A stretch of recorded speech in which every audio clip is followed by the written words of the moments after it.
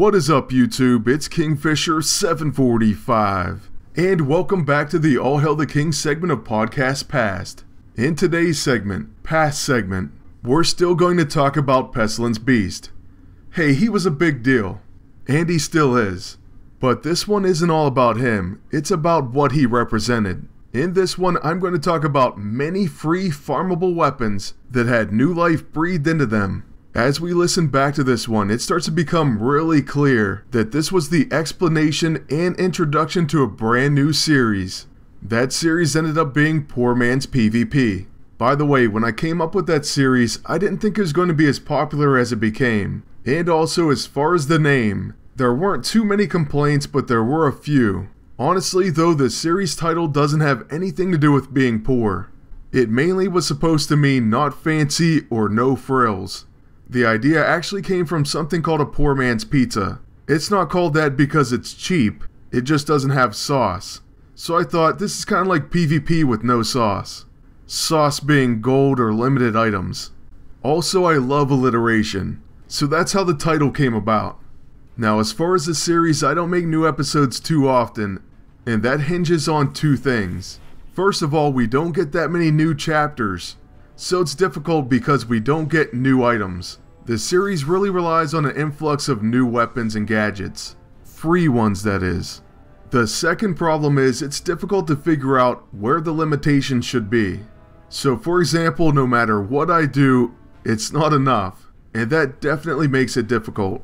I may try to limit heroes used, and then that's going to get old and repetitive as well. So it's hard to find that medium ground.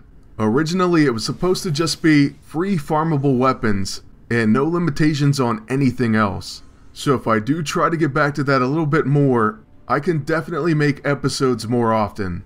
This new video along with the past audio is really going to illustrate this idea. So let's check out where it came from and what I had meant it to be. What's going on, everybody? It's Kingfisher745, and this is the All Hail the King segment, only on the From the Helicarrier podcast. Now this week I'm going to talk about something that's been weighing on my mind.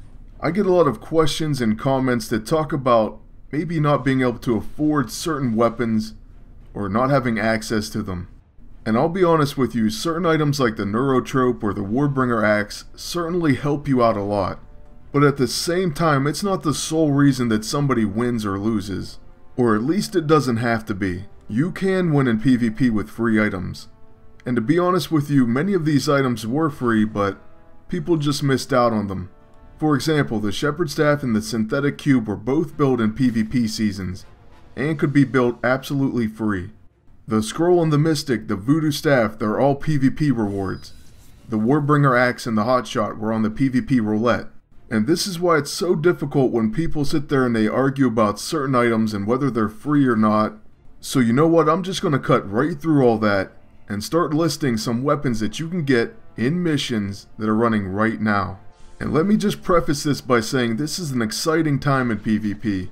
The Horseman of Pestilence isn't just a meta breaker, he's the great equalizer. If you get this alternate costume, you can use him on your team and have a lot of weapons that have powerful debuffs or dots, and the enemy really can't do anything about it.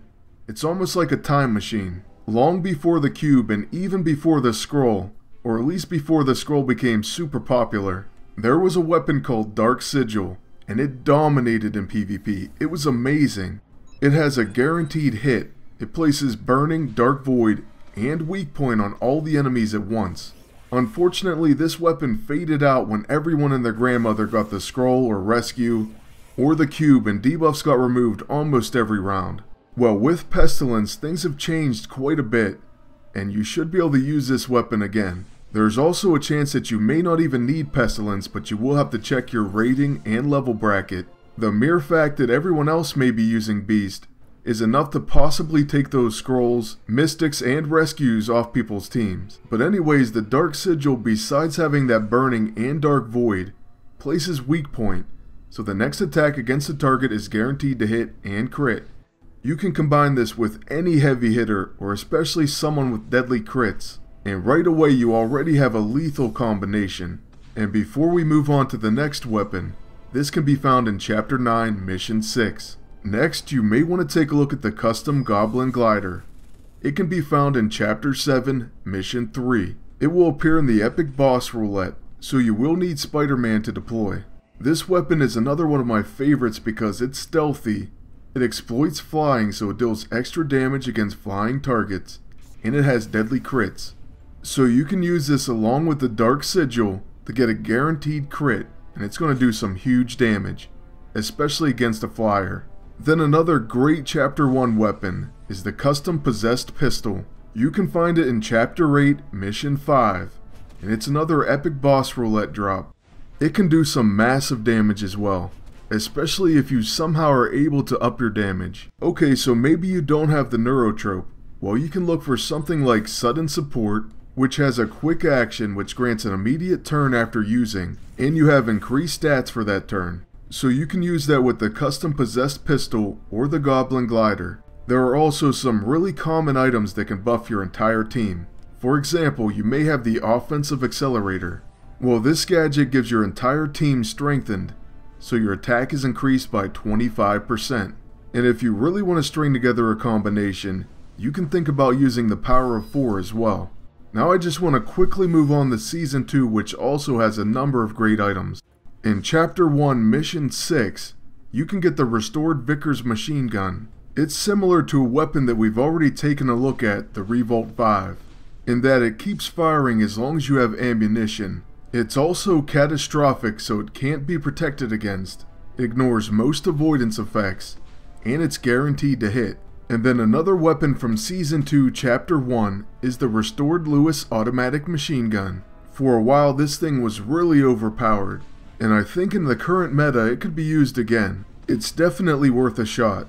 Then last, but certainly not least, the Chaos Shot SMG. It's absolutely incredible with Pestilence. But you could also use this weapon without him. Just have to be careful when you use it, and whether or not the enemies can remove the debuffs. This weapon's first shot is a Chaos Shot, and then its second multifunction Exploitation rounds exploits it. This works great by itself or with anyone who exploits attrition, such as Sabretooth or Nico. So yeah, those are just a few weapons and items that you may want to try out, and I'll be showing you them in use in the next All Hail the King episode, which will be posted tomorrow. Not only that, I'll have a special announcement for you, so make sure you tune in for that, and keep listening to the From the Helicarrier podcast. Now back to Agents Ibbett and McFall.